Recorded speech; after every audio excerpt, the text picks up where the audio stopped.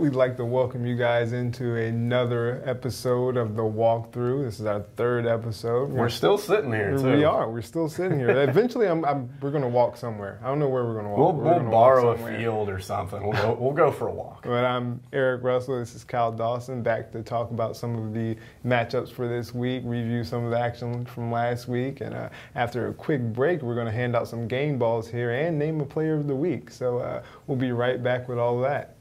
Keep your family comfortable all year long and save money on your utility bills with a preferred client service program from Holly Heating and Air. Holly's service program includes priority service, no overtime charges, 15% off all repairs, plus a regular duct system inspection. And should you suddenly need us, we're here for you with emergency service 24/7, 365 days a year. So turn to the experts, Carrier, and the comfort pros at Holly Heating and Air. A name you know, a name you trust. All right, we're here to give out some game balls for week one performances. We had several big performances from area schools. And to start out, I'm going to give out some for the Wagner-Sally Fox Creek game. And for starters, we have Josh Davis, who had a big game for his team, 15 total tackles, a tackle for loss, a forced fumble, and a fumble recovery in the game. On the other side of that, however, Cam Mitchum led his team to victory, scored all three of their touchdowns, had 133 yards of total offense. So he really got the job done for them. It's one of those things that we just kind of expect Cam Mitchum to do. Yeah.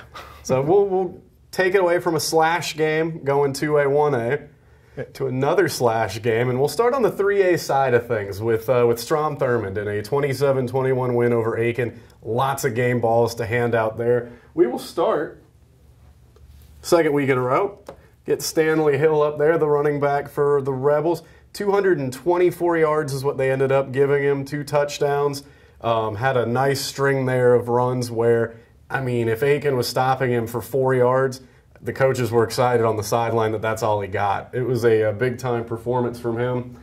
Big-time performance for the second week in a row from his quarterback, Jaquan Harris. Just over 180 yards of total offense, 134 of those coming on the ground. Efficient in the passing game, though they didn't need to do as much of it, and also accounted for a couple of touchdowns there. And, of course, that's all made possible by that Strom Thurmond offensive line. Between two guys, you're looking at nearly 370 rushing yards and 3 touchdowns.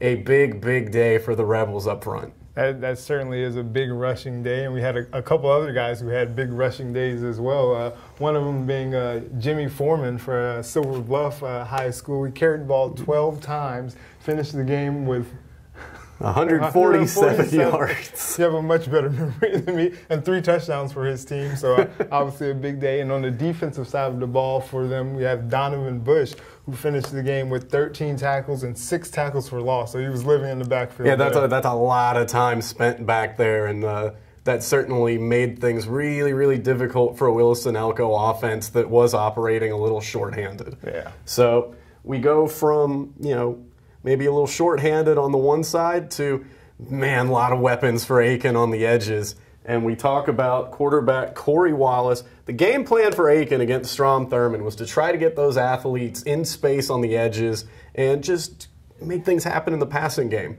Corey Wallace tested the sidelines with the deep ball, opened things up in the middle of the field, passed for 270 yards, 3 touchdowns, rushed for about 30 yards in there too. Big, big time game from him. Definitely, and I'll give you another quarterback that had a big game, second big game in a row. Have Craig Pender, the reigning Chick-fil-A Player of the Week for Barnwell, had another big game against Blackville Hilda. Was 13 of 19 and threw for 2 touchdowns, and also finished the game with 167 yards. So another big game for Craig Pender. Yeah, he's just getting it done in an efficient fashion for them. We'll see how that goes. We go from talking about Donovan Bush here with all those tackles for loss. Well, this is the offense he's going to be facing here in a few days. We'll see, if that goes the defense's way for Silver Bluff, they can keep that going, or if that efficient offense keeps right on rolling for Barnwell. We talk about efficiency, and we're going to talk about doing it at the very last minute, because this is where this game ball comes in. It's going to Tanner White of North Augusta. Now, Tanner got hurt in the Thompson game. And Brian Thomas gave me one of the quotes of the year already when he said it was just bumps and owies that his guys were dealing with after that game. Still, though, wanted to not overstretch Tanner White. Knew that he had a guy in Bradley Godwin more than capable at the quarterback position. North Augusta falling behind against Evans, trying to fight their way back. Offense gets stagnant at the end of the game. In comes Tanner White with around 4 minutes and change to go. They go 79 yards in 11 plays. He scores the game winner with 1:06 to go. That's probably the most efficient game ball we've ever given out for 3 minutes of action. It's pretty solid 3 minutes. It's well earned. But we'll take a quick break, and when we come back, we'll hand out the Chick-fil-A Fan Favorite Player of the Week to one of these players that's up on the board here. Aiken Ophthalmology provides high-quality, comfortable, and dependable treatment in Aiken and North Augusta. With our newly expanded facility, we now have 4 experienced physicians that are up to date on the latest procedures, and our surgery center offers the finest eye care technology available to better serve you. Make your appointment today with Aiken Ophthalmology. All right, and we would like to congratulate this week's winner of the Chick-fil-A Fan Favorite Player of the Week award, and it goes to none other than Jimmy Foreman.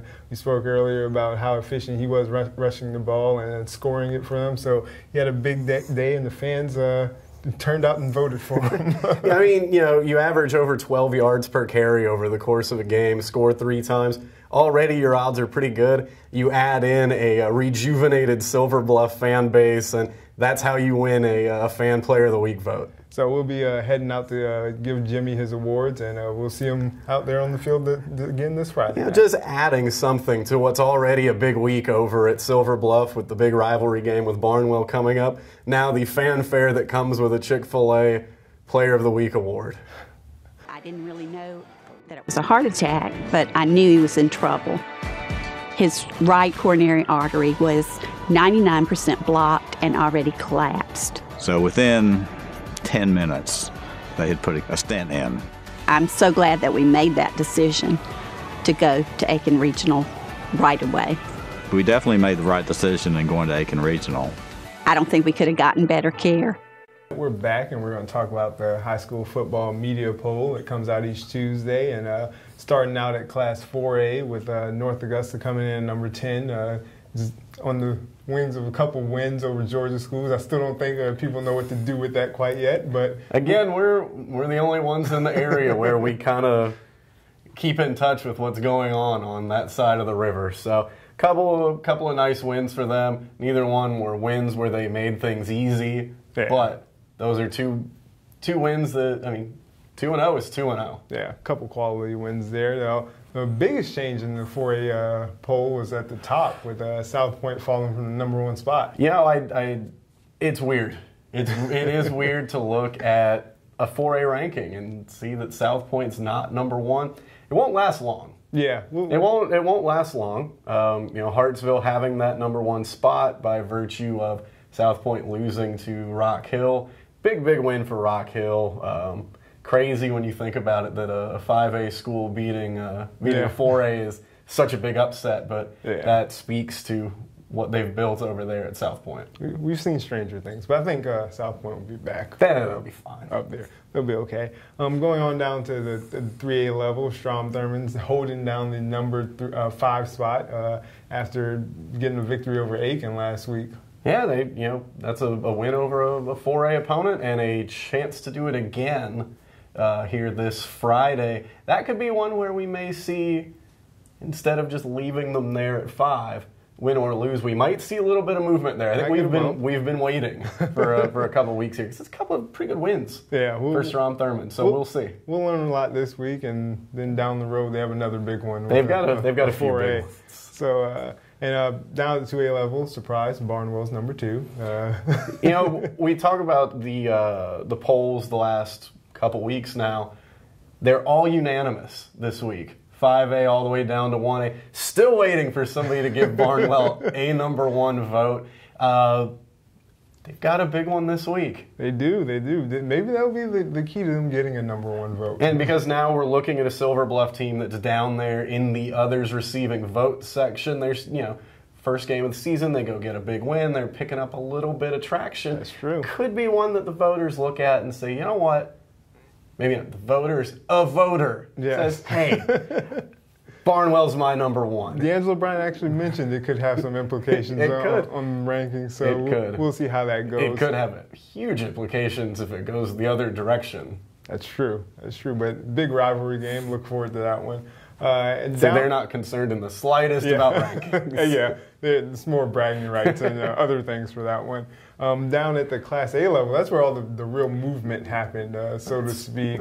Some movers and shakers down there. Wagner got a little boost despite a loss. Ridge Spring fell a bit.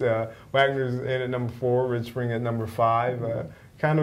We'll see how that shapes out as region comes into play here soon. And that's the big thing, is how that region is going to shake out, because you've got, obviously Lamar is in there as your undefeated, unquestioned, unanimous number 1. Someone from Region 3A is going to be the other team left standing in the upper state. Whether that's Wagner Sally, Ridge Spring Minetta, Williston Elko, one of those teams is going to face Lamar for an upper state championship. We'll solve all of that through region play. But these are teams that, you look at the case of Ridge Spring Minetta, you play 2 of the top Class 2A teams back-to-back weeks, and you get dropped for losing? It's tough. It's a tough crowd. And Williston also receiving votes still fell out of the also rankings. Tough crowd. Yeah, they also lost to the number 2 team in Class 2A and the team that's receiving votes and dropped out. But I think they'll bounce back. I'm pretty sure coming forward. As Derek Youngblood told me last week, he started 3-0, he started 2-1, he started 1-2, he started 0-3. None of that matters. You get that 6-0 in Region 3A, and that takes care of all of it. It sure does. But moving right along into some game action here, we have a couple big ones on the schedule this week. Starting with our game of the week, we get to see Grovetown again. Obviously, we saw them last week against Midland Valley. They came out and came back, actually, in that one and pulled out a victory with a couple of late scores. They get a little bit of a tougher test this week in North Augusta. North Augusta team is undefeated, so they'll be looking to kind of keep that momentum going, but I think North Augusta is also looking to do the same thing. The game that we could be playing this week, and you could make it just a game that goes along on the broadcast this week, is how will North Augusta make it difficult on itself this week? That season opener against Thompson, they jump out to a big lead, give a lot of it back before they make that late push to put it away. This past week at Evans, they trailed by 14 points on multiple occasions in the second half. Came back, put it away. So they're not making it easy on Brian Thomas to pick up these wins. 2-0 is 2-0, and we will see what the magician Tanner White has planned for us this week. May have given him that title prematurely in week 0 after a sea of hands-esque touchdown pass. YouTube that one, kids, against Thompson, and he won up to this past week. Coming in with just a few minutes to play, coming off an injury, leading a 79-yard touchdown drive to win the game. The legend of Tanner White continues to grow at North Augusta. So it's certainly an interesting storyline developing there. It is, and you look at the defense with North Augusta, you've got 3 linebackers and a sort of linebacker/defensive back there in Darian Gibson. You have 4 guys that you're looking at. They're going to go 10-plus tackles every game. In Kyrie Collier, Gibson, Cole Sagas, and Chris Torres. These are guys who are always around the football, and they're playmakers. The more they're around the football, the more that they're going to make things happen, whether that's a strip, whether that's an interception. In Collier's case, whether that's returning the opening kickoff of the season for a touchdown. These are guys that make things happen, and, they get it done. And you get a strong push from that defensive line where they've filled in some pieces, and they're making it work. So what happened last week, what Brian Thomas told me, just not maybe taking the right angles at ball carriers, missing some tackles, not wrapping up. They get to the second half, they're reminded it's a 4-quarter game. Easy enough. The momentum starts to turn, the kids get confidence, and they go on a rally and win the game. Well, yeah, that defense will certainly have to be on the lookout for a couple playmakers that Grovetown have. We saw make some big plays. J.Q. Brown and Corey Bryant, the quarterback. They kind of willed them to victory with some late scores there against Midland Valley. And what they did also was they kind of spoiled what I thought was a great performance from Midland Valley's special teams. They did. In these cases where they're out there blocking kicks, making big plays, to create turnovers and to keep points off the board. Yeah. You're seeing those score updates come across, and a bunch of them have like a kick block attached to them. Yeah. Ultimately, Grovetown steals that momentum, comes back for a victory, but they're now facing a team that has done a little bit themselves with momentum this season. So we'll see who's able to seize that and take control. Yeah, and moving right along, Greenwood comes back to the area, but faces another area team in Aiken, traveling up there after. We're seeing a lot of Greenwood lately. We are seeing a lot of Greenwood, and Aiken obviously coming off of a strong performance against a very good Strom-Thurmond team. I think they figured some things out there. Might still have to figure out some things in the run game to kind of get over that hump. But I think J.W. Montgomery has to be somewhat pleased with the offensive performance and some of the things he saw from them on that side of the ball. Well, certainly the offense. You put up close to 300 yards passing and 3 touchdowns by getting your athletes out in space, throwing the deep ball with Corey Wallace, making things happen that way. He's got a lot to be proud of with the defense, too. And that's not, I think, necessarily what people expect from a game where, they're trading score for score in the first half. There were 6 points scored in the second half. Aiken went from just getting gashed in the run game to, in the second half, Thurmond wants to keep running the football, especially to take time off the clock. And it's just that one touchdown. There were so many opportunities that if Thurmond gets a particular bounce, if they get a 4th down to go their way, because the 4th downs went against Thurmond at every opportunity pretty much. But Aiken created a lot of those breaks. So Montgomery said after the game that his guys showed a lot of heart. He's absolutely right. There's a lot to build on for those guys. I think I said last week that they seem like a group that they just need to see one game go their way, and wins could just come rushing out of them. They really seem like they were on the verge of breaking through last week. So now we'll see how quickly they can sort of pick themselves up, because that was a deflating loss. But see how quickly they can turn things around, because Greenwood's no joke. Yeah, we saw them once. Obviously, Rhett Lindler and them, that offense runs pretty smoothly. So much that they had to replace, but Chris Hamilton said it best before week 0. He said, Greenwood's Greenwood. Yeah, they really get some things going in the run game and can pass it as well. So should be a big test, but we'll see what Aiken has up his sleeve this week. Who knows? Corey Wallace could come out and just start spinning the deep ball again, and could be on upset alert up there in Greenwood. So is that your upset pick this week? I don't know how many times we have to talk about this. Leading the picks by an even larger margin this week than last. I don't reveal these things ahead of time. There's a secret here, and it's why I continue to lead the pack. Okay. Moving right along to the Strom-Thurmond South Aiken game. But obviously we spoke about Strom-Thurmond against Aiken, and another big test. If they can get the offense going the way they got it going in the early portion of that game, South Aiken could be in for a tough test for that defense that has kind of been leading the way for them so far this season. Yeah, and make no mistake, Strom-Thurmond had the offense going in the second half too. It's just the way drives ended. Yeah. Still moving the football just fine. They wanted to throw it a little bit more. Didn't necessarily need to, and also, like I said, it became necessary to run out the clock on that Aiken offense, keep the ball away from them. But you take Jaquan Harris and you take Stanley Hill and you put them behind that offensive line. And Chris Hamilton, he's a guy who he's enthusiastic about offensive line play. He knows that these guys are tough. It's going to be an interesting match for the South Aiken defense. Over the last 2-3 years, it seems like they've always had an answer. They've always had a game plan in place. What may be more important is that South Aiken offense clicks a little bit, gets some drives going and sustains them so that you don't end up with situations where the defense is out there more than it needs to be. Because I think that's where we've seen South Aiken kind of fall apart.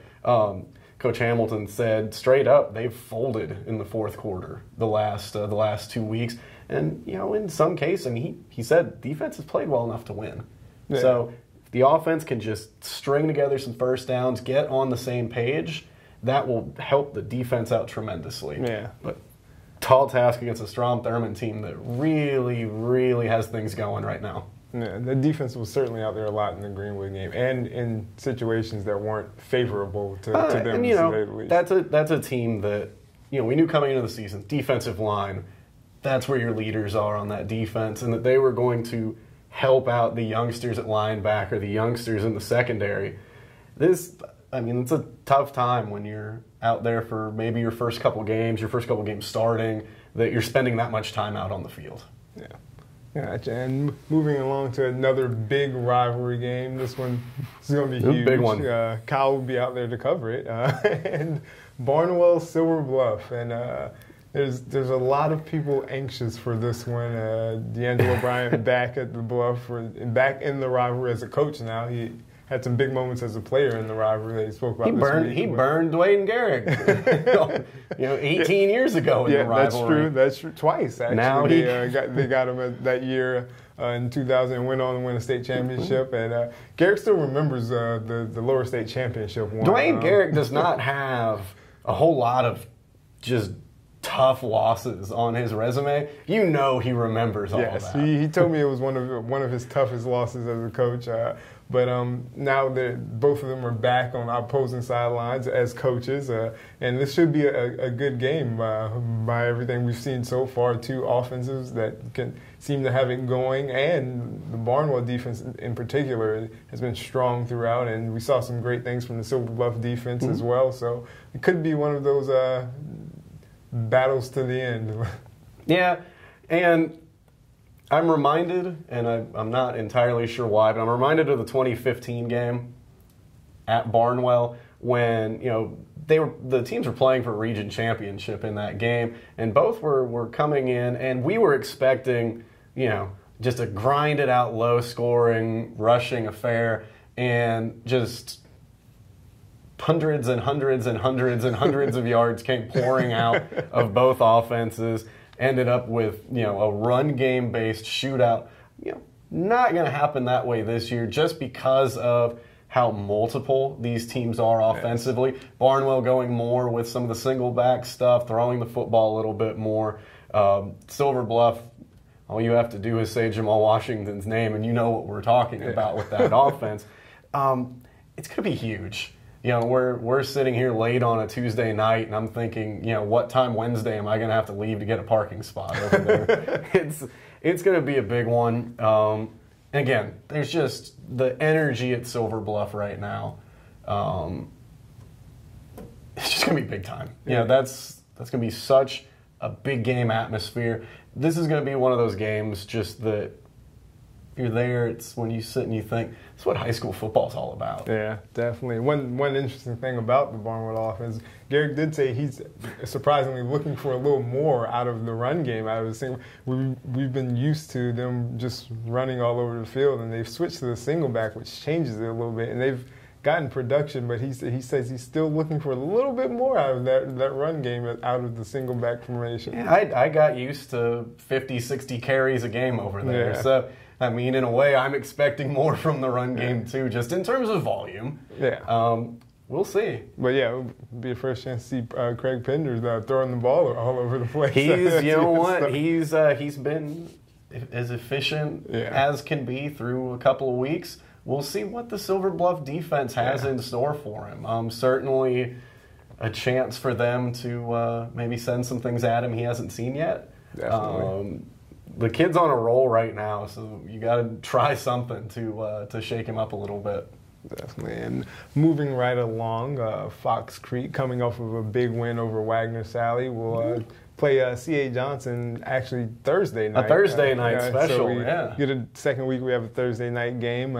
Fox Creek has to be feeling pretty good going into this one. Well, it's feeling pretty good just to open the season with a win.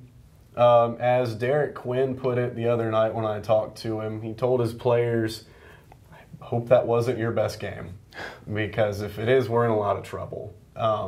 A game where you had your typical first game jitters, your mental mistakes, things like that. Those are things you iron out over time. So they have a short week, obviously, with a Thursday night game. That one going to be at the new Richland 1 Stadium at Keenan High School, which is another sort of neighborhood that Fox Creek knows well from a former Region 3 2A rival there. And, quick week, but Quinn likes Thursday nighters, and the quick week is always easier when you're 1-0 instead of 0-1. That is true. So we'll keep an eye on what Cam Mitchum and the gang do while they're up there. Like we mentioned earlier, 133 yards of offense, all 3 of the touchdowns. 3 different players intercepted a pass in that win over Wagner Sally. So we'll see what they've got up their sleeves against a C.A. Johnson team that Derek Quinn said they're an athletic team, not a ton of guys on the roster. They're coming into this one at 1-1. Actually opened the season with a loss to Great Falls, which ended a 19-game losing streak there, but righted the ship with a win over Louisville. So maybe a little something for them to feel good about coming into this one. And Fox Creek, carrying in with a little bit of positive mojo. Again, not the way that you sort of want to assess your win, but a win. Win's a win. Winning cures lots of things. It's fixable mistakes. That's if you're going to have them, that's what you ask for. There you go. And going down to the 1A level, I mix it up a little bit. The next day at the same stadium, Greg, Wagner Sally's going to take on Eau Claire, and Wagner Sally's looking to bounce back from that loss to Fox Creek, where a couple things went wrong that usually don't go wrong, and kind of found themselves taking a tough one there. A couple of things. As Willie Fox put it, just about anything that could have gone wrong for them did go wrong. Fox Creek, of course, forcing a lot of that to happen. Both teams just kind of scuffling around a little bit there last week. So Wagner Sally comes into this one against an Eau Claire team. They haven't faced them before. Willie Fox knows them pretty well from his days at Pelion. He said that this Eau Claire team is not your old Eau Claire. They've started out with a couple of wins. That's not something we associate with the Eau Claire football program. And, you got a new coach over there. You've got just a system that maybe they're doing the same things, but they're doing them better.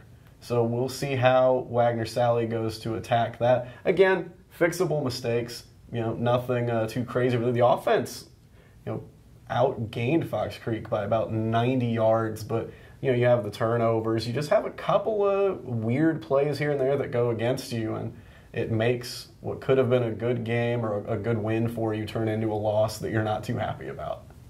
Definitely. And our final game this week, Ridge Spring Monetta looking to bounce back, which I think going into this week, we could see a strong performance from them. Past years, this has been where they kind of have gotten on the roll there against Whitmire. Well, we talked about it in the rankings portion of the program that you're playing 2 of the top 10 teams in the state in Class 2A, and you get dropped for losing to them. That's tough. But you look at last year, Ridge Spring Monetta starts out the season with a 40-16 loss to Batesburg-Leesville. They lose 43-0 to Saluda, and you have maybe some people that aren't believing in them. They go to face Whitmire. They win 39-0, their first of 6 shutout victories against Class A programs. That was the game last year that, just with it being their first one against a Class A school, got them on track. But you look at the schedule, they go Whitmire, North, and then into that big Williston-Elko game. This is where Ridge Spring Monetta has a chance to get things rolling with a chance at, the king of the region. Yeah, they've them and everyone else in that region right. feel like it's a year where the king can be dethroned, so to speak. So we will see how that shapes out. But We're kind of getting to that portion where he's getting in the region play for them with the big region. Right, with that big region. I mean, with a lot of the schools that are maybe in like the 5-team region, we've still got a couple weeks of these non-region games. Our Region 3A friends, they're getting right into it real soon. Definitely. But that's a rundown of the games we have for this week. We're going to come back after this break. Keep your family comfortable all year long and save money on your utility bills with a preferred client service program from Holly Heating and Air. Holly's service program includes priority service, no overtime charges, 15% off all repairs, plus a regular duct system inspection. And should you suddenly need us, we're here for you with emergency service 24/7, 365 days a year. So turn to the experts, Carrier, and the comfort pros at Holly Heating and Air. A name you know, a name you trust. That's all we have for you this week on the third episode of The Walkthrough. We'll look forward to seeing you out there on Friday nights for Kyle Dawson, Eric Russell, and a special shout out to Shayna Donahue, who makes sure we're in frame for every episode. That's how you don't end up with a chopped off forehead. Yeah, exactly. And she has another important job. She actually makes the live football broadcast work. Eventually, we'll get into all that at some other point, maybe. But big shout out to her and our chalkboard artist, Christina Rackley. Who makes Game Ball's chalkboard look amazing. A lot better than I could do. Definitely. So for all of them and Kyle Dawson and Eric Russell signing off for another week.